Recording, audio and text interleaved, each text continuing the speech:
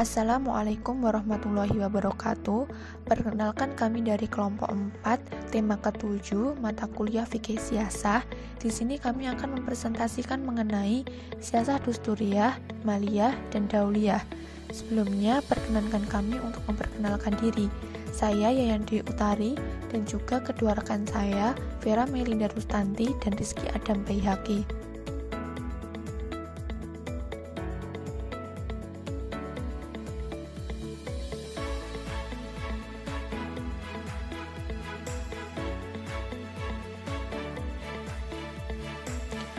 Untuk materi yang pertama yaitu mengenai Siyasah Dusturiyah yang akan saya sampaikan sendiri.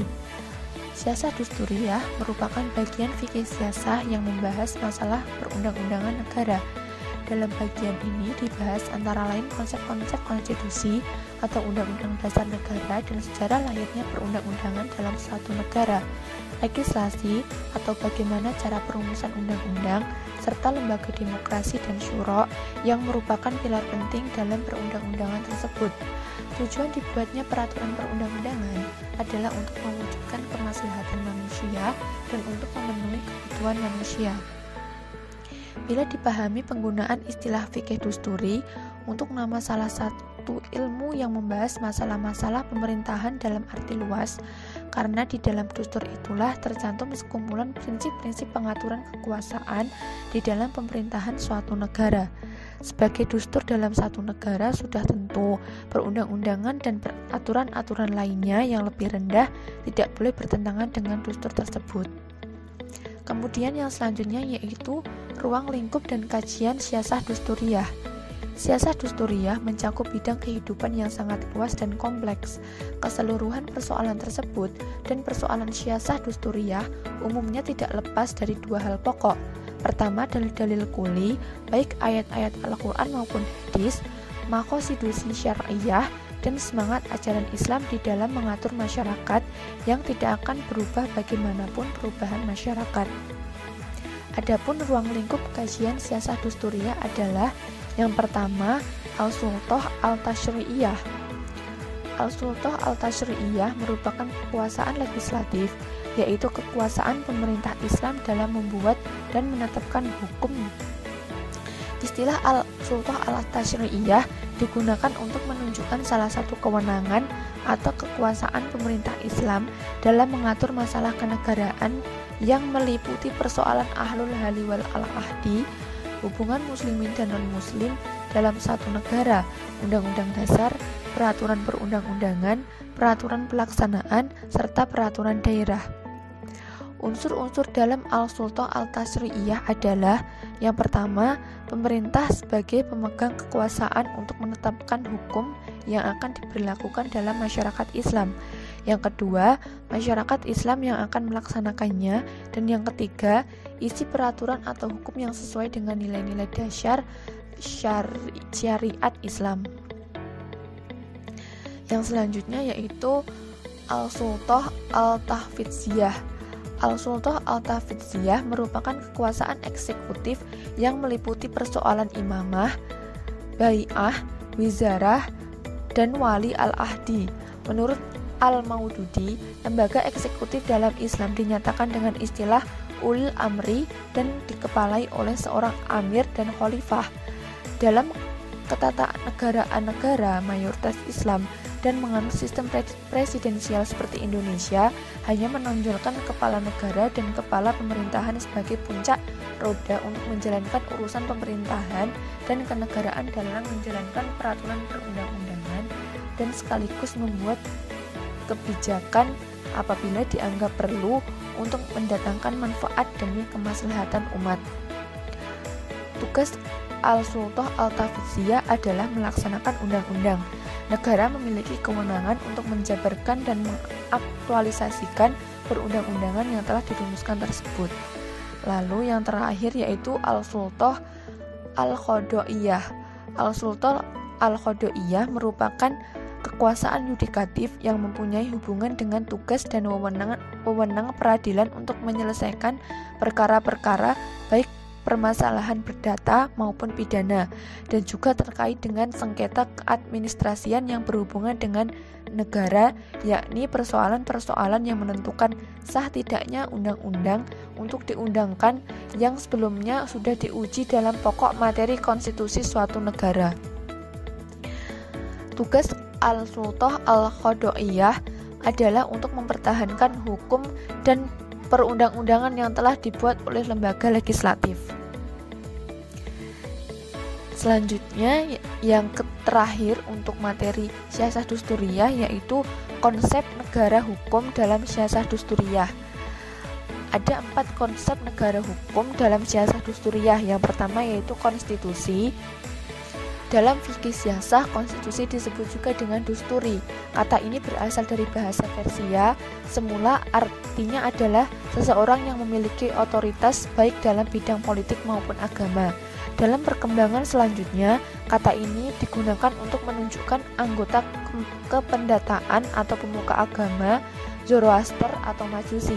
Setelah mengalami penyerapan ke dalam bahasa Arab, kata dustur berkembang pengertiannya menjadi asas, dasar, atau pembinaan. Menurut istilah dustur berarti kumpulan kaidah yang mengatur dasar dan hubungan kerjasama antar sesama anggota masyarakat dalam sebuah negara, baik yang tidak tertulis atau konvensi maupun tertulis atau konstitusi. Kata dustur juga sudah disergap ke dalam bahasa Indonesia yang salah satu artinya adalah undang-undang dasar suatu negara. Yang kedua yaitu legislasi. Dalam kajian fikih siyasah, legislasi atau kekuasaan legislatif disebut juga dengan al-sultah al-tasri'iyah, yaitu kekuasaan pemerintah Islam dalam membuat dan menetapkan hukum. Yang ketiga yaitu ummah. Dalam Piagam Madinah, pemakaian kata ummah mengandung 2 pengertian, yaitu pertama, organisasi yang diikat oleh akidah Islam, terlihat dari bunyi pasal 1 piagam tersebut yang artinya sesungguhnya mereka, suku Quraisy dan penduduk asli Madinah adalah suatu umat yang berbeda dengan komunitas manusia lain. Kedua, organisasi umat yang menghimpun jamaah atau komunitas yang beragama atas dasar ikatan sosial politik seperti tersurat dalam pasal 25 yang berbunyi sesungguhnya Banu Auf merupakan suku umat dengan orang mukmin. Bagi Yahudi agama mereka dan bagi kaum muslimin juga agama mereka. Dan yang terakhir yaitu syura dan demokrasi. Di kalangan pakar Islam terdapat perbedaan dalam menanggapi permasalahan syura dan demokrasi. Sebagian memandang syura dan demokrasi adalah 2 hal yang teridentik. Sebagian lain memandangnya sebagai 2 konsep yang berlawanan, sedangkan yang lain memandang bahwa keduanya mempunyai persamaan yang erat di samping juga terdapat perbedaan-perbedaan.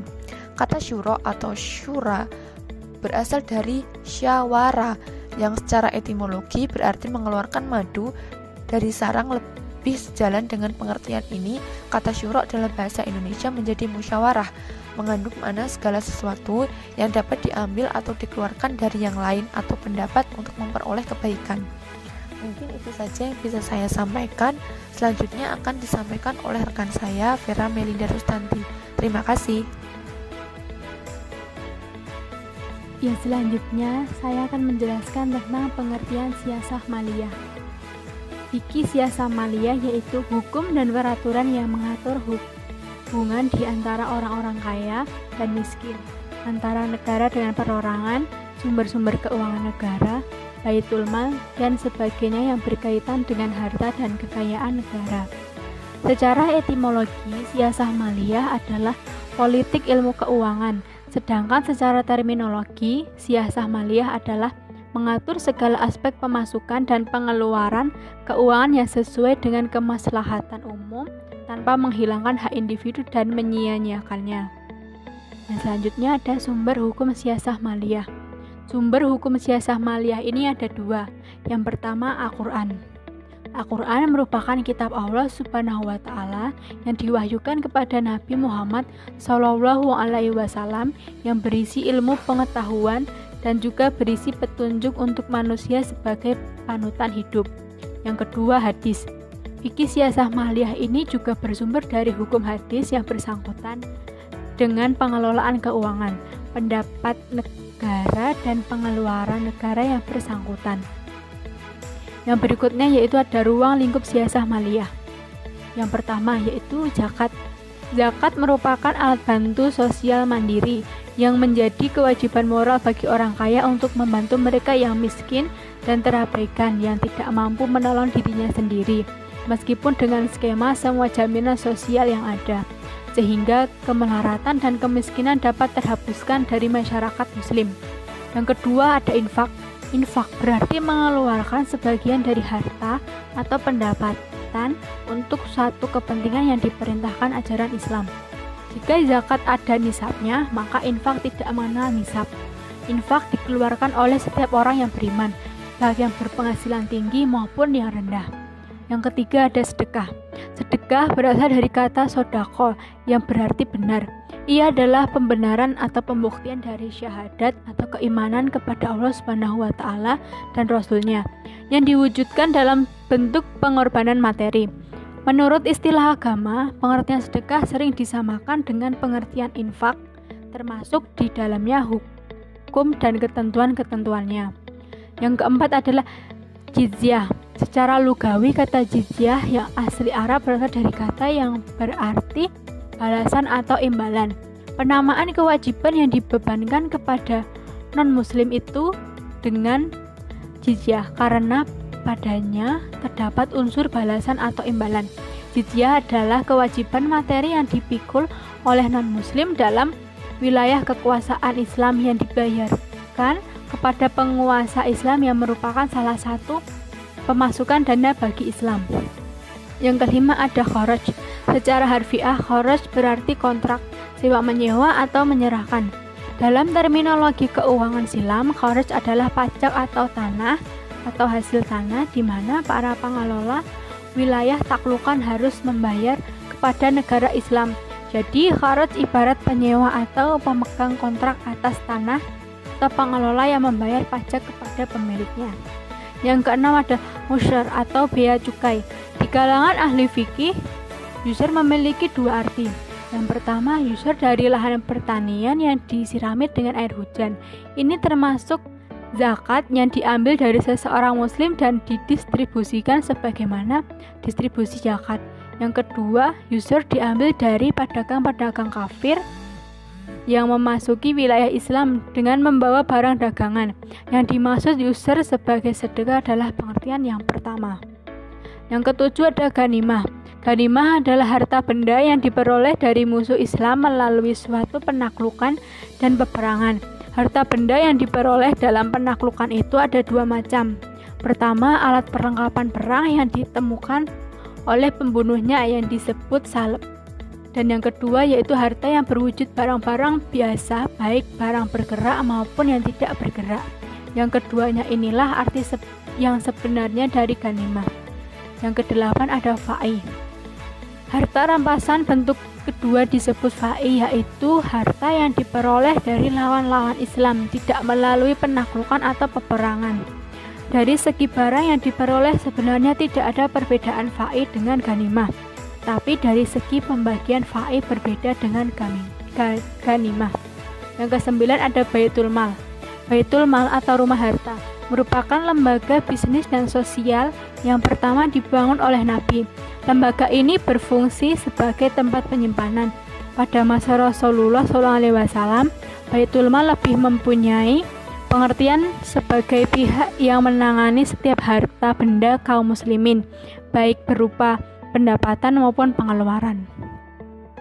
Itu penjelasan dari saya, dan selanjutnya ada siasah dauliyah yang akan dijelaskan oleh Rizky Adam Baihaqi. Baik, yang selanjutnya adalah siasah dauliyah. Siasah dauliyah sendiri berasal dari kata siasah dan dauliyah. Siasah secara etimologi berarti mengatur, mengendalikan, dan membuat keputusan.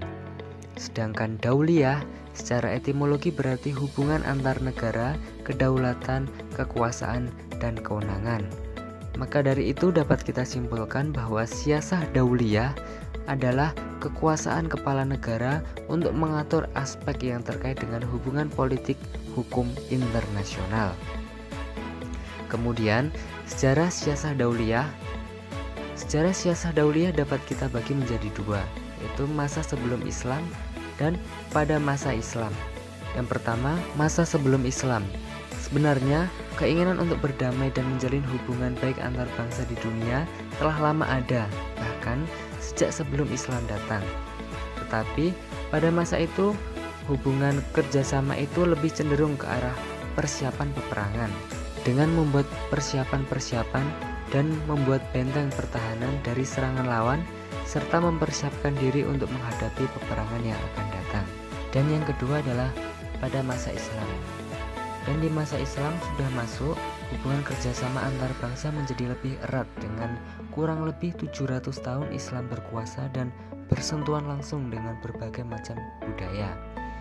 Bahkan membangun beberapa perguruan tinggi di beberapa kota yang besar, seperti contohnya Andalusia, Cordoba, di Mesir, dan di Baghdad.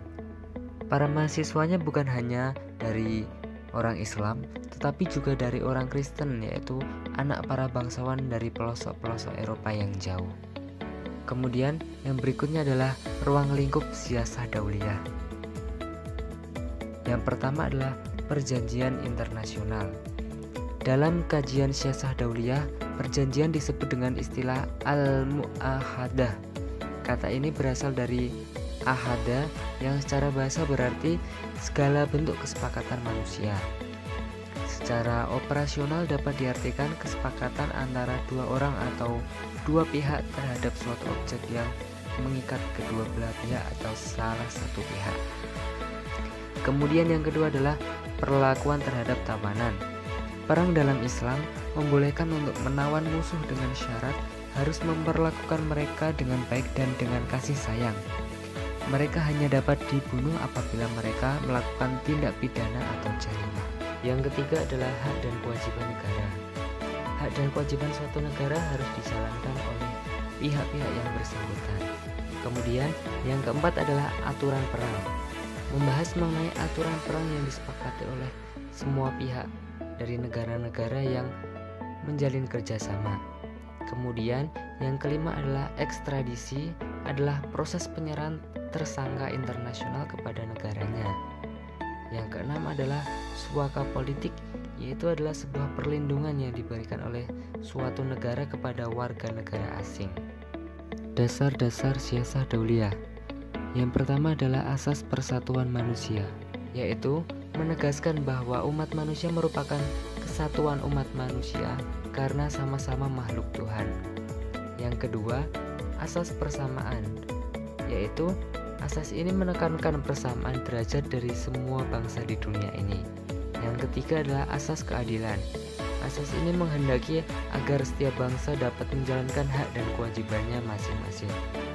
Yang keempat adalah asas musyawarah, yaitu menghendaki agar setiap keputusan yang diambil haruslah berdasarkan keputusan bersama dari kedua belah pihak atau pihak-pihak yang bersangkutan di dalamnya. Kemudian yang kelima adalah asas kebebasan, yaitu memberikan kebebasan kepada pihak yang bersangkutan untuk melakukan apapun selama tidak melanggar perjanjian yang telah disepakati. Kemudian yang keenam adalah asas kehormatan manusia. Asas ini menghendaki agar suatu bangsa tidak merendahkan bangsa lainnya. Kemudian yang ketujuh adalah asas toleransi, yaitu asas ini mengajarkan bahwa perbedaan kecil bukanlah suatu penghalang untuk melakukan kerjasama. Dan yang terakhir adalah asas kerjasama, yaitu mengajarkan perjanjian harus ada kesepakatan dan kontribusi dari semua pihak yang bersangkutan dan berwenang. Mungkin sekian presentasi dari kelompok 4. Bila ada kurang lebihnya kami mohon maaf. Dan bila ada pertanyaan mungkin bisa ditanyakan di diskusi ya. Kurang lebihnya kami mohon maaf. Wassalamualaikum warahmatullahi wabarakatuh.